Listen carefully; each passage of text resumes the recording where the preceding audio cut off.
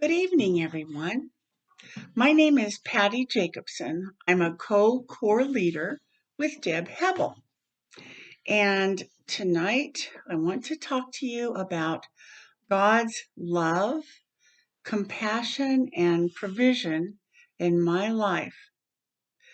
God uses seemingly bad things and any people he chooses to achieve good and to achieve his glory.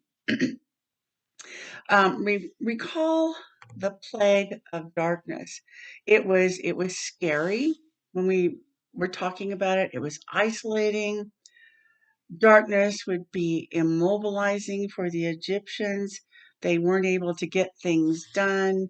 It was even associated with sin and evil. Most of you know that I am blind. Most blindness is not sudden like the plague of darkness was, but it does create limitations: mobility, access to print, the inability to drive, and the inability to casually make observations. Blindness can also be limited by attitudes and misconceptions. Some blind persons can almost be held captive by these limitations. In my family, during my childhood, there were some hurtful attitudes, mainly on the part of the grandparents on my father's side, and it was no fault of my father. Um, they found out that I was blind when I was about 6 months old. My grandfather said, "Don't tell anyone." Daddy replied, "What do you want us to do? Hide her in the closet?" I was excluded when I was about one. We had a big Christmas dinner, all the aunts and uncles and cousins. I was excluded from sitting at the Christmas table, even though there were other babies and high chairs at the table. My grandparents even said, "She doesn't need to go to school. We can teach her everything she needs to know." Later on, when I was in high school, my grandmother said to me, "You don't take the same type of courses David would take." David's my brother.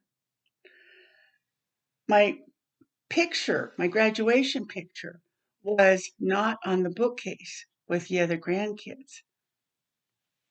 One time, excuse me, Grandma gave money to my sister in front of me, but she didn't give any to me.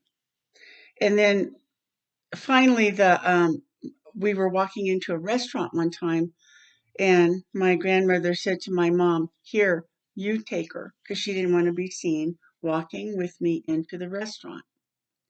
So all that sounds real negative. Daddy died. Mom moved us out to Denver, thanks to Daddy's blessing, but also to God's provision and guiding and sovereignty. I had the opportunity when we moved to Denver to get a good education. I went through graduate school. I learned mobility skills, independent living skills, cooking, all those types of things, playing the piano, professional jobs. I own a home, live independently. I have a strong set of friends, strong church, sang in the choir, have access to technology, have a Braille Bible, am a CBS leader.